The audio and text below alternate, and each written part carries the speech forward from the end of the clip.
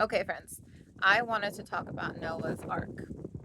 So, as I was reading Noah's Ark to my son for the millionth time, I was thinking to myself, wait, it is crazy how we can relate everything in the Bible back to our lives and implement the trials, tribulations, and callings of the people in the Bible. And it's just amazing how there's nothing new under the sun. And God will reveal to redeem, and God shows us what our plans are. He shows us what He wants us to do through His Word. Of course, it's not specifically the same tasks that the people in the Bible had. Nonetheless, I wanted to put this into perspective for you guys because Noah was told to do something by God. He was told, as we all know, to build an ark. And that ark, that boat, Noah had no idea what that was because up until that point, there was no rain on the earth. So imagine Noah at 500 years old, and God tells him, Noah, build a boat. And he's like, okay, I'm going to just obey you. From 500 to 600 years old, he was building a boat. Imagine the kind of mockery and persecution and trials and tribulations that he had to face from the people around him that thought that he was crazy. But nonetheless, he continued. He continued to build the boat. He continued to do what God told him to do. He died at 950 years old. So let's put that into perspective. Say the average person these days dies at 100 years old. If we are blessed to live until 100 years old. So that would be 10 years out of our life. If God called us to do something like that, or not like that, but whatever it may be, say God called us to do this thing that we didn't think was so important, maybe, but He called us to do it for 10 years.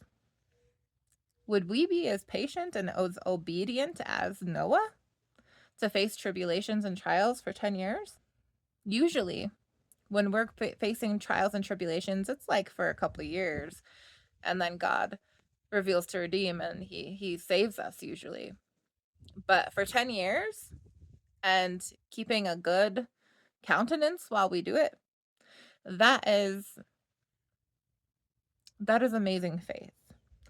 And so we should strive to do that.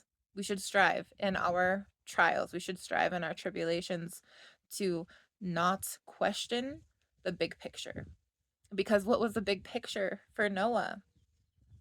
It was that he was fulfilling God's purpose to cleanse the earth, which we needed.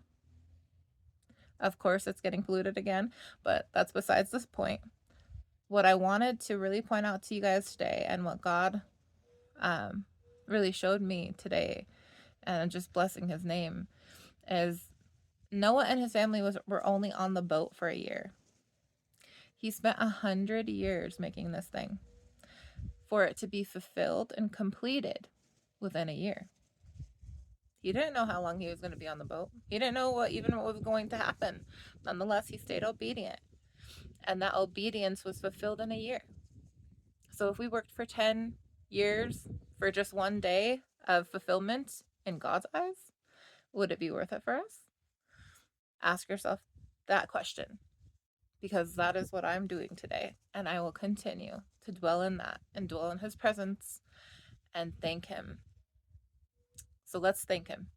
Let's make it a point to thank Him today and thank Him for the trials. Thank Him for the things that we are going through, that we've been through, that we will go through, because He's a good Father and He wants to prepare us.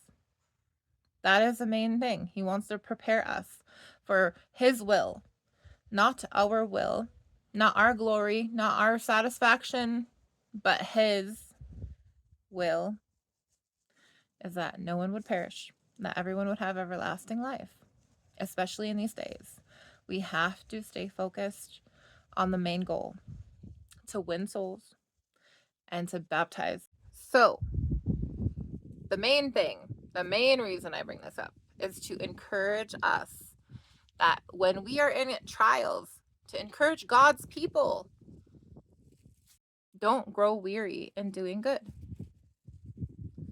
He's with you in the trials. He's with you when he tells you to do something. He will remain with you as you are fulfilling his purpose and as you are being obedient. He will remain with you.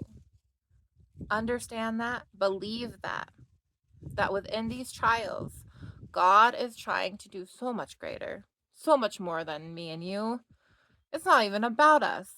It is not about us at all. It is about the kingdom. And we have to start doing kingdom work in kingdom ways and believe that he is working. Shalom, friends.